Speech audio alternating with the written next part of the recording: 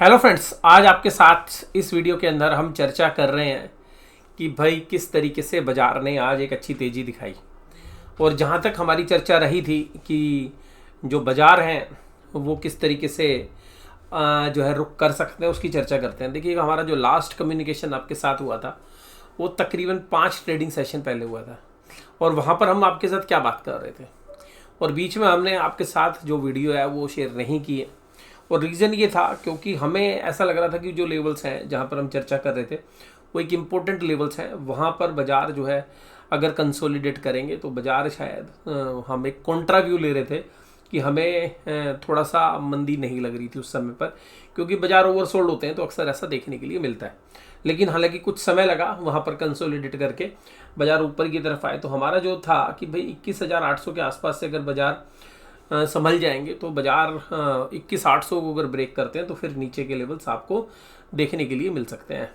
और वहाँ से देखिएगा बाजार ने कंसोलिडेट किया और फिर यहाँ पर अब आज बाजार में एक अच्छी तेज़ी निफ्टी में देखने के लिए मिली। हालांकि हमारी जो स्पेशल चर्चा थी वो बैंक निफ्टी पे ज़्यादा थी। अब यहाँ पर पहले मैं निफ्टी की बात कर लेता हूँ। तो निफ्टी में अभी जो हमें इमीडिएट जो चीज़ें दिख रही हैं वो अगर हम डेटा पॉइंट को भी देखें तो देखिएगा जो 22,700 22,800 का लेवल था, ये लेवल जब पिछले महीने टूटा था एक्सपायरी के अगले दिन, और एक्सपायरी वाले दिन ये बहुत ही क्रूशियल लेवल था जब ये टूटा था, और वहाँ से बाजार एक मंदी की चपेट में आ गए थे और उस रेजिस्टेंस को तोड़कर बाजार आज ऊपर क्लोज हो गए। तो ये तो पक्का है कि जितने मंदी वाले जो सौदे थे, जो मंदी वाले ट्रेडर थे, उन्होंने आज स्टॉप लॉस दब के कट गए और ट्रेडर्स की जो पोजीशन है वो तेजी की तरफ बन भी गई। अगर हम देखें प्रोप्राइटरी जो अकाउंट्स हैं उनके में जब डेटा देख रहा था तो वो क्लियरली जो है काफ़ी जबरदस्त तरीके से बुलिश, यानी कि उन्होंने बहुत जबरदस्त कॉल खरीदी है, और जो है जो उन्होंने अपनी पुट जो खरीद रखी थी उनको भी बेच दिया। तो अल्टीमेटली वो फुल जो है तेजी में। उसी तरीके से एफआईज के जो सौदे हैं वो तेजी और मंदी के दोनों के हैं, लेकिन उनके पास अभी कॉल ऑप्शंस भी एक बड़ी मात्रा के अंदर उन्होंने इकट्ठी कर रखी है, अक्यूमुलेट कर रखी है। तो उसको देख के भी लगता है कि हाँ, अभी निफ्टी और तेजी करेगा।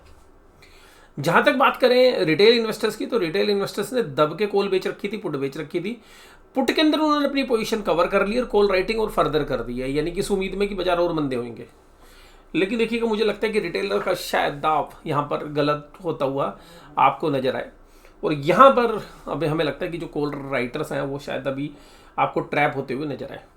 और जो इमीडिएट हमें लग रहा है कि 23,000 का आंकड़ा जो है ये शायद आपको इसी हफ्ते के अंदर टूटता हुआ नजर आए, और 23,150 23,150 तक के लेवल्स आपको आने वाले समय के अंदर देखने के लिए मिल सकते हैं, क्योंकि एक जबरदस्त शॉर्ट कवरिंग जो है आज हमें सेकेंड हाफ में देखने के लिए मिली, और लास्ट में जो मंदी वाले सौदे थे वो कटते हुए नजर आए।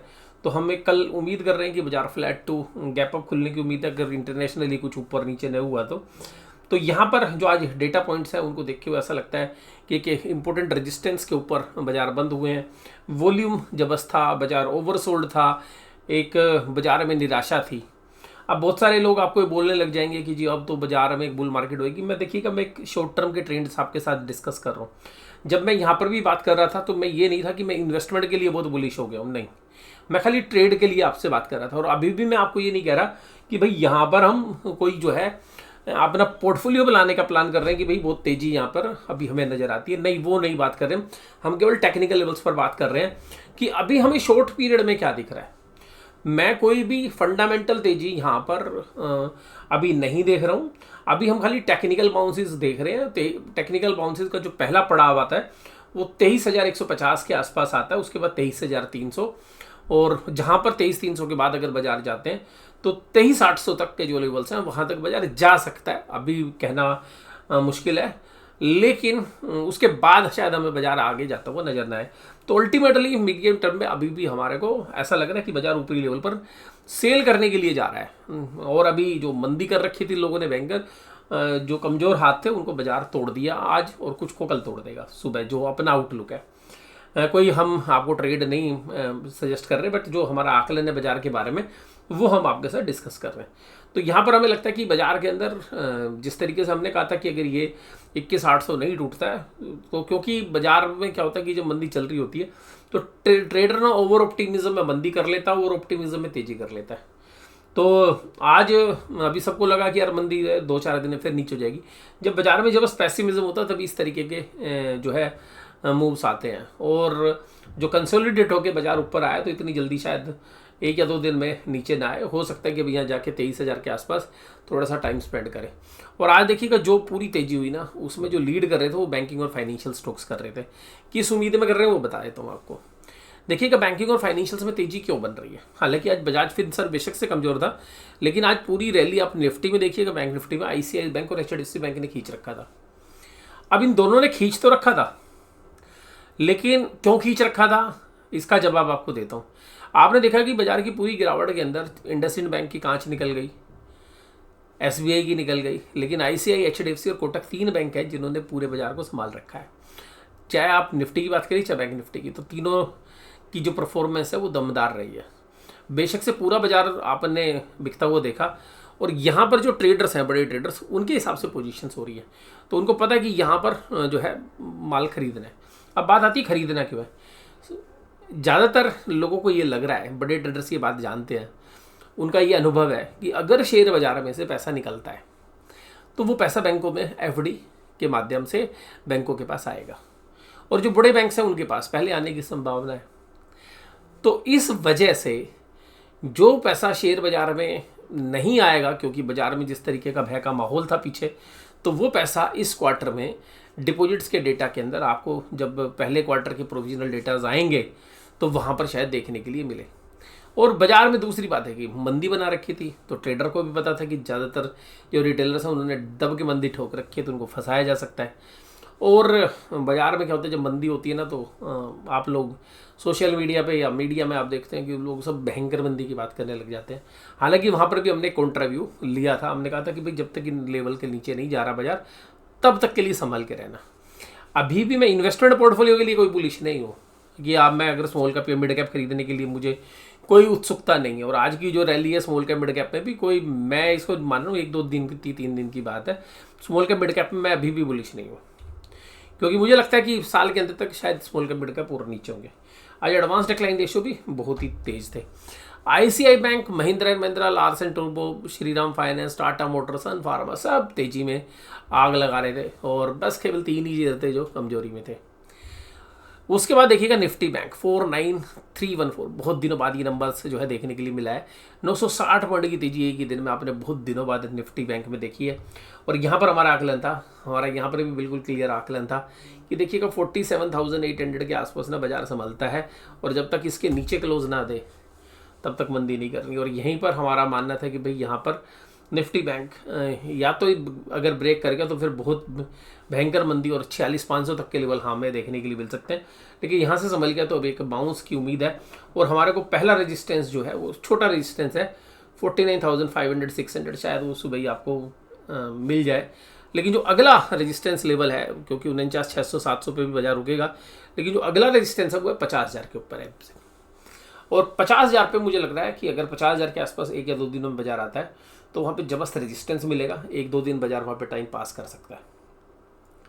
50,200 के ऊपर अगर बाजार क्लोज हो जाते हैं, 50,200 के ऊपर अगर बाजार क्लोज हो जाते हैं, तो ये मान के चलिएगा कि बहुत जबरदस्त एक बाइंग अपॉर्चुनिटी जो है बैंकिंग स्टॉक्स में देखने के लिए मिल सकती है। बट मुझे लगता है कि इस एक्सपायरी के लिए 50,200 का जो दायरा है वो काफ़ी इंपॉर्टेंट है। जब तक 50,200 के ऊपर क्लोजिंग पे सिर्फ 50,200 के ऊपर जब तक बाजार बंद नहीं होते, हम ये मानते हैं कि 50,000 तक शायद बाजार चला जाए, बट ये केवल एक शॉर्ट कवरिंग रैली की तरह ही हम इसको मान के चल रहे हैं। तो हमारा जो आउटलुक है अभी शॉर्ट टर्म के लिए जो है, क्योंकि नीचे से एक बेस बना के आया है, तो बाजार में थोड़ी बहुत तेजी अभी हमें और लगती है। ऊपरी लेवल से क्रैक होने की संभावना भी देखिएगा पूरी रहती है। जैसे ही मंदी वालों के सौदे कट जाएंगे, उनके स्टॉप लॉस कट जाएंगे, जो बड़े प्लेयर्स हैं एग्रेसिवली दोबारा ऊपर से ले जाके मंदी बना लेते हैं, क्योंकि जो रिटेलर्स है वो दोबारा से तेजी बनाता है, उसके मन में आ जाता है कब तो बाजार गिरेगा नहीं। लेकिन जो बड़े प्रोफेशनल ट्रेडर्स हैं या जो है एफआईआईज हैं, क्योंकि एफआईआईज की पोजीशन इस तरीके से है, देखिएगा मैं आपको बताऊं कि जो प्रोप्राइटरी अकाउंट्स हैं उनकी पोजीशन बिल्कुल क्लियर कट तेजी की है, लेकिन जो एफआईआईज की जो सौदे हैं वो बिल्कुल प्रॉपरली हेज्ड है, तो वो भी चाह रहे हैं कि 300-400 पॉइंट और ऊपर बाजार आए, क्योंकि उन्होंने कॉल भी खरीद रखी है। तो वो 400-500 पॉइंट ऊपर जाएगा बाजार अगर बैंक निफ्टी, और निफ्टी अगर 150-200 पॉइंट ऊपर जाएगा तो वो अपनी कॉल साइड की सौदों को काट लेंगे और फिर जो उन्होंने आज शॉर्ट कवरिंग की है फ्यूचर्स के अंदर भी, अगर हम देखें इंडेक्स में भी और स्टॉक फ्यूचर्स में भी, तो उसको देख के ऐसा लगता है कि वो भी थोड़ा सा ऊपर लाने की कोशिश करेंगे कि अपनी सेलिंग ना करके। और आज एफआईज ने सेलिंग नहीं करके बाइंग की है।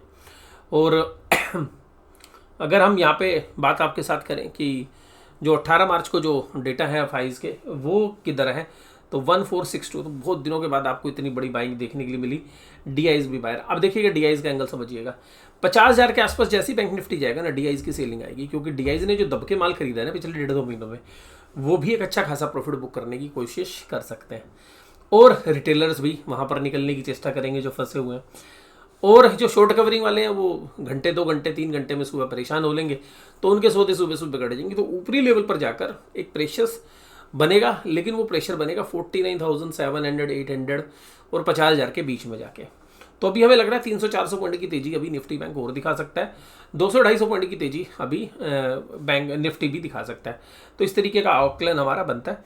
कोई भी बाय या सेल रिकमेंडेशन नहीं है, केवल हम बाजार का आकलन आपके साथ कर रहे हैं। एफआईज का इंडेक्स फ्यूचर्स में अगर आप देखें तो 4761 करोड़ की जो है आज फ्यूचर्स में कवरिंग हुई और 3,302 करोड़ की स्टॉक फ्यूचर्स में पहले से लॉन्ग पोजीशंस उनकी खड़ी हुई है।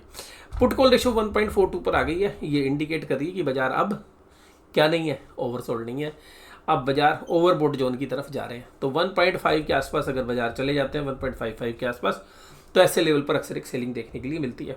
निफ्टी बैंक में थोड़ी सी गुंजाइश है, 1.23, 1.4, 1.45 के आसपास अक्सर बैंक निफ्टी में भी ऊपरी लेवल से सेलिंग देखने के लिए मिलती है। तो हम दोनों के अंदर एक क्लियर व्यू रख रहे हैं। शॉर्ट टर्म में 1.5% के आसपास की तेजी हम दोनों इंडिसेस के अंदर एंटिसिपेट कर रहे हैं। डाउ जोन्स इंडस्ट्रियल 253 पॉइंट गिर गया है। और देखिएगा मेरा जो आकलन था कि भाई बहुत ही जल्द आप चांदी को 1 लाख देखेंगे, तो 1,01,000 का आंकड़ा आज जो है आगे, हालांकि आंकड़ा कल ही आ गया था। और गोल्ड भी लगभग 90,000 के आसपास आ गया है। और हालांकि सिल्वर जो है हमारा इस साल का जो हमारा stock for the month alpha members के लिए था, वो हमारे पास सबसे पहला जो जनवरी का महीना शुरू हुआ था, हमारा स्टॉक फॉर द मंथ था सिल्वर ETF। और सिल्वर ETF ने वहाँ से जनवरी से 10% की रिटर्न्स हमारे को दे दिया। और जो हमारे अल्फा मेंबर्स हैं वो उस वीडियो को देख भी चुके हैं, और अगर नहीं देखे तो उसको देख सकते हैं। उसमें हमने क्या रैशनल बताया था कि भाई क्यों हमें लग रहा है कि सिल्वर, और 3 महीने के अंदर ही सिल्वर में एक जबरदस्त रिटर्न्स हमें देखने के लिए मिली है। तो सिल्वर हमारा स्टॉक फॉर द मंथ भी था और हमने सिल्वर ETF की बात वहाँ पे की थी। और वहाँ पर भी हमारा एक फंडामेंटल व्यू था, हमने कोई बाय या सेल रिकमेंडेशन हमारा इरादा नहीं है, बट हम अवगत कराते हैं कि भाई हमें इस शेयर्स में या इस इंडेक्स में या इस कमोडिटी में तेजी या मंदी आने वाले समय में देखने के लिए मिल सकती है। उसके क्या ग्राउंड्स हैं वो हम आपके साथ डिस्कस करते हैं, और क्या अपने अनुभव जो है हम आपके साथ साझा करते हैं। तो कोशिश करूंगा कि मैं वो जो वीडियो अल्फा मेंबर्स के साथ हमने शेयर की थी उसको हम अपने पब्लिक फोरम के ऊपर आज इस वीडियो के बाद आपके साथ शेयर करते हैं, और हो सकता आज नहीं होगी तो कल तक वो हम आपके साथ शेयर करेंगे। और ब्रांड क्रूड देखिएगा $71 के ऊपर, और उसके बाद देखिएगा आज जो भी कॉल राइटर थे भाई सब ने अनवाइंड कर ली पोजीशंस। तो पोजीशन तो देखिएगा ऑप्शन ट्रेडर की तो पोजीशन तो बदल ही जाती है। तो ये कुल मिलाकर हमारा रैशनल है। तो ऑप्शन जो राइटर्स हैं वो 2200 ऊपर की तरफ आ गए हैं, पुट राइटर्स। तो अल्टीमेटली जो 22,700 22,800 के ऊपर एक अच्छी खासी पुट राइटिंग हमें देखने के लिए मिल रही है, और सबसे खास है 22,700 पे जबरदस्त पुट राइटिंग हुई है। तो 22,700 पे एक अहम सपोर्ट लेवल बन गया है बाजार के लिए। 22,700 टूटने के बाद ही बाजार में मंदी के संकेत बनेंगे। और उसी तरीके से अगर हम देखें निफ्टी बैंक में जब 48,800 के नीचे बाजार जाएगा तभी कोई मंदी के संकेत बनेंगे, अदरवाइज हर डिप के ऊपर आपको इंट्राडे बेसिस में भी बाइंग अपॉर्चुनिटी देखने के लिए मिल सकती है। आज की इस वीडियो में बस केवल इतना ही। वीडियो देखने के लिए धन्यवाद। Thank you very much.